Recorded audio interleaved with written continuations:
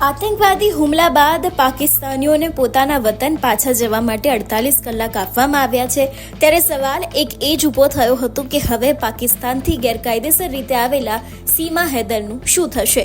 પાકિસ્તાનથી ભારત આવેલા સીમા હૈદરે ફરી એકવાર દેશના વડાપ્રધાન નરેન્દ્ર મોદી અને ઉત્તર પ્રદેશના મુખ્યમંત્રી યોગી આદિત્યનાથને ભારતમાં રહેવાની મંજૂરી આપવા માટેની અપીલ કરી છે। પહેલગામ આતંકવાદી હુમલા પછી ભારત સરકાર દ્વારા પાકિસ્તાનના નાગરિકોના વિઝા રદ કરવાના નિર્ણય વચ્ચે સીમાએ સોશિયલ મીડિયા પર એક વિડીયો જાહેર કરીને આ ભાવુક અપીલ કરી છે। સૂત્રો પાસેથી માહિતી પણ મળી રહી છે કે સીમા આ વિડીયોમાં કહે છે કે હું પાકિસ્તાનની દીકરી છું, પરંતુ હવે હું ભારતની વહુ છું। હું પાકિસ્તાન જવા માંગતી નથી। હું મોદીજી અને યોગીજીને વિનંતી કરું છું કે મને ભારતમાં રહેવા દો। સીમાએ એવો પણ દાવો કર્યો છે કે તેને પોતાના પતિ એટલે કે સચિન મીણા સાથે લગ્ન કર્યા પછી હિન્દુ ધર્મ અપનાવી લીધો છે। તમારું શું માનવું છે આ વિષયને લઈને અમને કમેન્ટ કરીને ચોક્કસથી જણાવજો।